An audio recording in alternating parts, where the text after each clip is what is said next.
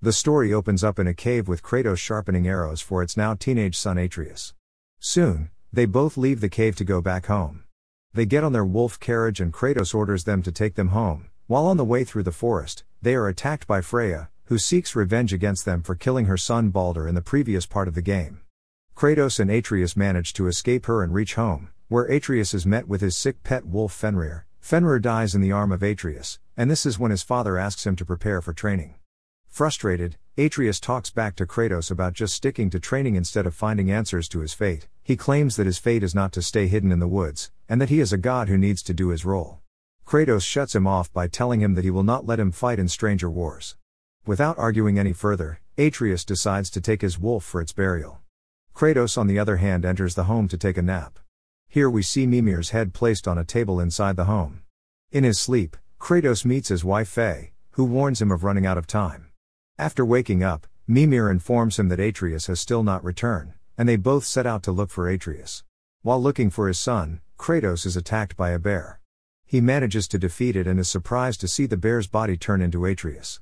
Atreus recalls being full of anger and getting in a fight with a bear on his way back before changing form. This reveals Atreus's new powers of taking forms of different animals. Kratos believes he needs discipline to control his newly discovered ability and orders him to train more.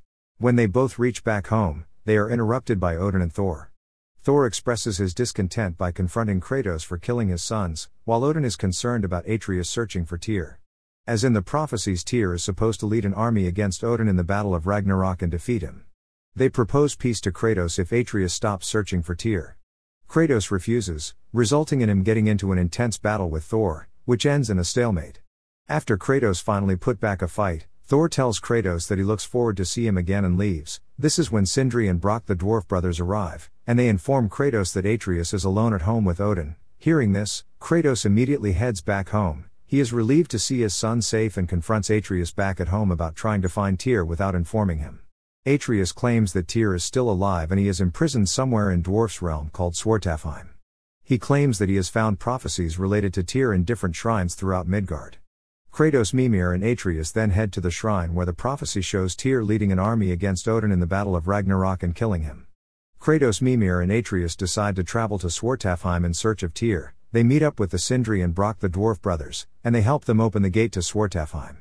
There they meet Durlin, a dwarf rebellion leader who was an ally of Atreus's mother in the past. They ask for his help in their search of Tyr, but instead they are met with a hostile behavior from him. Eventually they find Tyr in the mining caves of Svartalfheim and they rescue a deranged Tyr, bringing him back to the dwarf's refuge. Tyr seems to be scared of violence, and he refuses to be the one to lead an army in war. Claiming that he has changed his ways and he wants to live a peaceful life now. Once Kratos is left to sleep, Atreus sneaks out with Sindri to meet Freya and asks for her alliance against Odin. He informs her of Tyr and asks her to join them against Odin, but she refuses, causing Atreus to return empty-handed. The next day the group travels to Alfheim. They visit Groa's shrine there and learn about a new prophecy, which shows Tyr fights alongside a champion. Atreus gets excited that this champion must be him, but Kratos reminds him that this war is not theirs, and they should prefer to not get involved. The prophecy further shows that only Asgard is destroyed and the rest of the realms survive under a new champion who kills Odin. After this, the group returns back at the dwarf's place. At the dinner table, Atreus and Kratos gets into an argument about Atreus's fate. Where Atreus claims that his fate is to be the champion and save the 9 realms, but Kratos shuts him off once again. Furious by his father's remarks, Atreus leaves the table and goes to sleep. Atreus awakens in a dream where he meets a young girl giant goddess called Angerboda, who shows him a mural that tells the future of Kratos' death in Ragnarok and Atreus joining Odin. Atreus also learns that the giants transferred their souls into spiritual stones to avoid Odin. Atreus is entrusted with the remaining spirit stones, and he uses one to put a giant's soul into the body of a snake. After this he helps Angerboda stop her grandmother Grilla, who is a giant which steals animals' souls. After this he goes back to sleep with the intentions of waking up in his home. Weirdly, he wakes up in his Midgard home instead of the dwarf's refuge.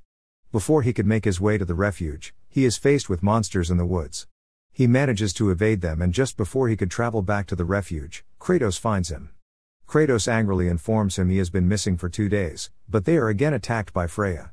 With Freya getting an upper hand in the fight over Kratos, Atreus turns into a bear and rushes towards Freya, but he is stopped by Kratos, who tells his son to calm down and reminding him that Freya has been their ally in the past.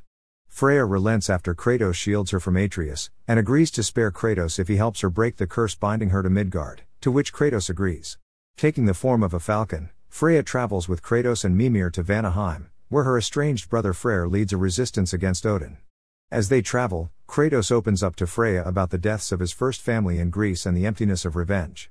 They learn that Odin has cursed Freya through binding the world tree roots together. As she makes an attempt to break them loose, they are faced with Nidhogg, a powerful giant monster that is entrusted with the duty of protecting the roots. After an intense battle and defeating Nidhogg, they manage to break the curse. Freya admits that she can neither forgive Kratos for killing her son nor kill him in return, and the two make amends. Back at the Huldra refuge, Kratos and Atreus have another argument regarding his recent deceitful behavior, ending in Atreus fleeing to Asgard to find a way to prevent his father's death. Atreus has a hostile encounter with Heimdall, but is saved by Thor and Odin. Odin treats him in a gentle and welcoming manner. He takes Atreus around Asgard and even gives him his own room to stay in Asgard as long as he wishes for. Later he meets with Thrud, Thor's daughter, and they both quickly bond well together. Atreus joins Odin in his office where he meets a spiritual sword. Odin is gracious enough to let Atreus keep the sword, and this is how a new weapon is stocked in his arsenal. Odin takes him to a cave where he shows Atreus an opening in the air. He claims that this path leads to the answers to all of their questions. As Atreus tries to peek in, Odin stops him, revealing that he did the same mistake and lost one of his eyes. He then shows Atreus a piece of a mask which emits the same energy as the opening. Odin requests his help in preventing Ragnarok by reassembling this ancient mask that holds the knowledge and truth of all the worlds. Meanwhile, in search of Atreus, Kratos, Freya, and Mimir head towards the Norns, the three deities which are aware of the future. They inform Kratos that Heimdall is destined to kill Atreus, and that Kratos' death is near as well. In response, Kratos and Brok forge the Draupnir ring into the powerful Draupnir spear, capable of bypassing Heimdall's foresight and harming him. While searching for mask pieces in Helheim with Thor's daughter Thrud, Atreus accidentally releases the giant wolf Garm, who begins tearing holes in the realms, allowing Hell Walkers to wreak havoc. Atreus reunites with Kratos as both attempt to stop Garm. During the fight, Atreus realizes he accidentally bound Fenrir's soul into his knife when the wolf died, and when he stabs that knife in Garm, he resurrects Fenrir by infusing his soul into Garm. Gaining a new giant wolf ally and now reconciled, Kratos and Atreus return to the dwarf's place, where Atreus shares his knowledge of Odin's mask with the rest of the group, but the discussion is disturbed when they learn that Freyr was captured by the Aesir. Kratos, Atreus, Mimir, and Freya return to Vanaheim to rescue Frey. There they find Heimdall, who has kidnapped Freyr and stolen the moon. Kratos battles Heimdall and actually manages to kill the powerful warrior. Unfortunately, that means that he is still fulfilling the prophecy outlined to him by the Norns. However, Kratos remains convinced that this is the right path. In fact, he is so convinced that he is doing the right thing that he decides to take Gjallarhorn from Heimdall with the intention of using the Great Horn to start Ragnarok. Atreus is unconvinced this is the end of their journey though, and asks for Kratos to allow him to return to Odin so that he may assemble and steal the mask, and use it for their own purposes, or at least prevent Odin from securing it. Kratos has his doubts, but he decided to trust Atreus' plan. Atreus returns back to Asgard. With the mask almost complete, he is ordered to go to Niflheim with Thor to retrieve its last missing part. Atreus and Thrud searches for Thor in Asgard so he can take him in search of the last piece of the mask. They find Thor drunk in a pub. Furious at Atreus for bringing his daughter in the pub, Thor throws a jug at Atreus which he evades and it lands on one of the Asgard drunk soldiers in the pub. This leads to a brawl inside the pub. After some mini-combat, Thor passes out due to overdrinking. Thrud and Atreus takes him out of the pub and finally manage to persuade him to go with Atreus to receive the last piece of mask. Thor and Atreus manage to successfully retrieve the final missing piece and complete the ancient mask in its original form. Odin arrives at the scene and thanks Atreus for his service. This is when Thor's wife Sif appears with the Valkyries and informs Odin that Kratos has killed Heimdall. She demands to take Atreus, but Odin stops her. Thor on the other hand loses his cool and tries to kill Atreus. Somehow he manages to escape using an exit door planned by Sindri. Back at the dwarf's place, Atreus gives the mask to Tyr, who unexpectedly agrees to fight and reveals he knows of a secret way to Asgard.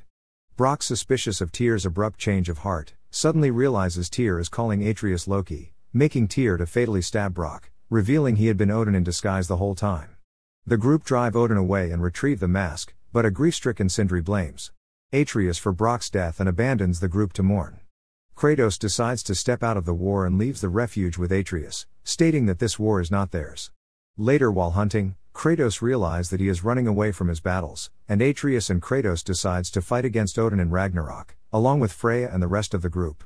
Freya believes that they need the help of Surtur to break through Asgard's defenses, and gives the duty of allying Surtur to Kratos and Atreus. They enter Muspelheim to help Surtur achieve a destined primordial form that will destroy Asgard. Surtur believes that Kratos' blades consist primordial fire and asks Kratos to pierce his heart with Thor's blades. Kratos combines his blades with Surtur's heart in order to turn him into Ragnarok. This is when Odin's Valkyries attack Atreus and Kratos. After defeating them, Ragnarok speaks to them and tells them that he awaits their call to destroy Asgard. All that Kratos has to do is to sound the Gjallarhorn to call him for his help. Under Kratos' leadership, the united forces of the other realms gather at Tyr's temple in Midgard. Kratos sounds the Gjallarhorn, opening all realms travel to begin the siege of Asgard. Initially, the battle does not go well. The other realms are quickly cut off, and the elves and Vanir struggle with Asgard's defenses. Sindri comes alone so that no more dwarves will die, and the army is forced to rescue innocent Midgardian refugees from the uncontrollable Surtur. However, the tide turns when Angrboda arrives with Fenrir and the snake Atreus previously saved, now fully grown into Jormungandr, the world serpent who occupies Thor, while Sindri destroys Asgard's war machines and protective wall. Thrud and her mother Sif then rebel against Odin, after discovering that Odin used refugees as living shields. Thor knocks the world serpent back in time and engages Kratos in battle once again. After an intense one-on-one battle, Kratos manages to convince Thor to stop fighting for the sake of their children, and Thor agrees. This is when Odin arrives. He orders Thor to kill Kratos, but Thor disobeys him, claiming that Sif was right about him and that he will no longer listen to his evil orders. Surprising everyone, Odin ruthlessly kills his own son with his spear. Odin then engages Kratos and Atreus. Odin gets the better of them and manages to pin them down to the ground. This is when Freya arrives, with a binding spell that holds Odin's breath. Somehow Odin manages to break the spell and destroy the ground, causing them all to fall underground where the gate to knowledge exists. Odin asks Atreus to put on the mask and look into the answers of creation, but Atreus chooses to not serve him and breaks the ancient mask, initiating yet another battle against Odin with Freya and Kratos, and the group overpower and defeat him. Atreus traps Odin's soul in a spiritual stone, but a vengeful Sindri smashes it and finally kills Odin. Freyr arrives and informs the group that they must escape before Surtur destroys the entire Asgard. This is when Angrboda comes in through a portal, creating an escape route for everyone, but Freyr stays back to distract Surtur while others escape, and sacrifices his life to save everyone. After the war, Atreus wakes up in Midgard and goes out to search for his father. On his way he comes across Sif and Thrud. He informs them about Odin killing Thor, and offers his condolences. After this he walks into Freya, who is thankful for his safety and tells Atreus that he is a warrior which his mother wanted him to be. She then hands him over an enchanted stone, and Atreus reunites with Angrboda in Midgard, who shows him and Kratos a mural which shows that his mother purposefully destroyed Atreus' shrine so that they could determine their own fate. Kratos expresses himself to be proud of his son, and Atreus decides to find the rest of the giants. He bids a heartfelt farewell to his father before embarking on his own journey. Looking further into the shrine, Kratos discovers a mural depicting him as a beloved peaceful god supported by all. The shrine Kratos finds depicts the major events of his life up until that point.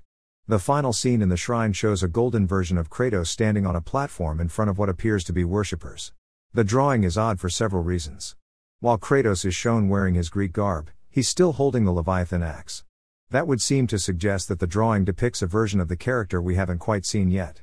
Though Kratos is still a god of renown, a title he has always struggled with, the mural implies that he will eventually be seen as the kind of god worthy of admiration and love that Odin and others believed he will never be. Finally, hopeful about his future, Kratos unites with Freya and Mimir to help rebuild and restore peace among the realms. Mimir asks Kratos what he saw, and Kratos says a path that he never imagined. In the game's secret ending, Kratos, Freya, Mimir and an unforgiving Sindri attend a funeral for Brock in Svartalfheim. The story ends with Brock's funeral. In the future installments in the series we may see a newer version of Kratos, one which is less violent and a more welcoming leader of people. On the other hand, Atreus seems to be quite motivated to chase his dreams. He wants to find the answers to his questions and the purpose of his existence, which he believes only his mother truly knows. We can only imagine what more powerful abilities will he discover within himself on his journey. Freya seems to have developed a family-like bond with Kratos and is likely to stay with him as his companion for future adventures. At last, Mimir played a key role in this part of the game just as the last one, and he stays with Kratos to guide him further with his knowledge and wisdom. Thanks for watching. Please remember to like and subscribe for more epic videos. We will see you at the next one.